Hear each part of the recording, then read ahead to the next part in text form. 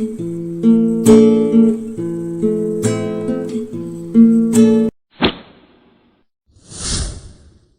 everyone students, we are teaching English lesson first, book name A Pact with the Sun, chapter name A Tale of Two Birds, summary in English and Hindi. Once there lived a mother bird with her two newborn babies in a forest. Their nest was in a tall tree. एक समय एक जंगल में एक मादा पक्षी अपने दो नवजात बच्चों के साथ रहती थी। उनका घोंसला एक ऊंचे वृक्ष में था। One day there was thunder, lightning and rain. The storm blew down the tall tree. Unluckily, the mother bird was killed. The strong wind blew away the little birds.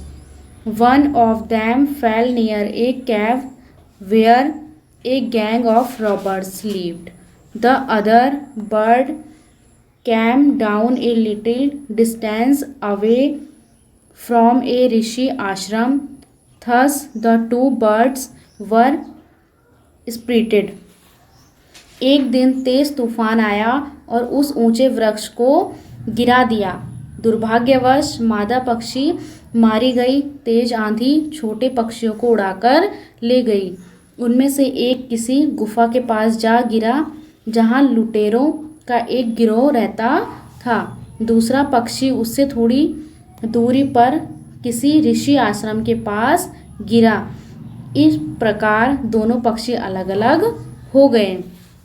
The first bird made his home on a tree near the cave of the robbers. The second bird made his nest on a tree near the Rishi's ashram. After some time, the baby birds grew up. One day, the king, following a deer, reached there. He was very tired. He got off his horse. The king sat under the tree near the cave to take rest. Just then the king heard a big brown bird's voice that was inviting some robbers to come and snatch the king's jewels and horse. The king got on his horse and rode away. पहले पक्षी ने चोरों की गुफा के पास एक पेड़ पर अपना घर बनाया। दूसरे पक्षी ने ऋषि के आश्रम के पास एक पेड़ पर अपना घर बनाया। पक्षी बड़े हो गए। एक दिन राजा हिरण का पीछा करते वहां आ पहुंचा। वह अत्यधिक थका हुआ था। वह अपने घोड़े से उतरा। आराम करने के लिए वह गुफा के पास के वृक्ष के नीचे बैठ गया। तभी राजा को एक भूरे पक्षी की आवाज सुनाई दी।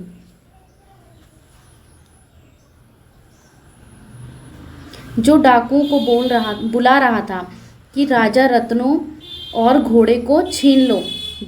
राजा भयभीत होकर अपने घोड़े पर सवार होकर वहां से चला गया। Soon the king reached the Rishi's ashram. He sat down in the shade of a tree. There he heard a brown bird asking the king to take rest inside the ashram. The king was amazed. He said, "This one looked like the other bird outside the cave." The bird told the king that it was his brother who had made friends with robbers. राजा ऋषि के आश्रम पर पहुंच गया और वहां वह एक भूरे पक्षी की आवाज़ यह कहती हुई सुनाई पड़ी कि वह आश्रम के भीतर विश्राम कर ले और अंदर जाकर ठंडा पानी पी ले। राजा हैरान हो गया। राजा ने कहा, यह तो उस पक्षी की तरह ही दिखता है जो गुफा के बाहर है। उस पक्षी ने राजा को बताया कि वह उसका भाई है जिसने लुटेरों को मित्र बना लिया है। The rishis returned soon after. He invited the king to share his food. The king told the rishi about the different behavior of the two birds. The rishi replied that it was the result of their company. वह लुटेरों जैसी भाषा बोलता है। थोड़ी देर बाद ही ऋषि लौट आए। उन्होंने अपने साथ भोजन करने के लिए राजा को निमंत्रण दिया। राजा ने ऋषि को दोनों पक्षियों के अलग अलग व्यवहार के विषय में बताया। ऋषि ने उनसे कहा कि वह उनकी संगति का परिणाम है। बच्चों, इस कहानी से हमें यह शिक्षा मिलती है कि हम जिस संगत में रहेंगे उसी की तरह हो जाएंगे, क्योंकि संगति का असर होता है।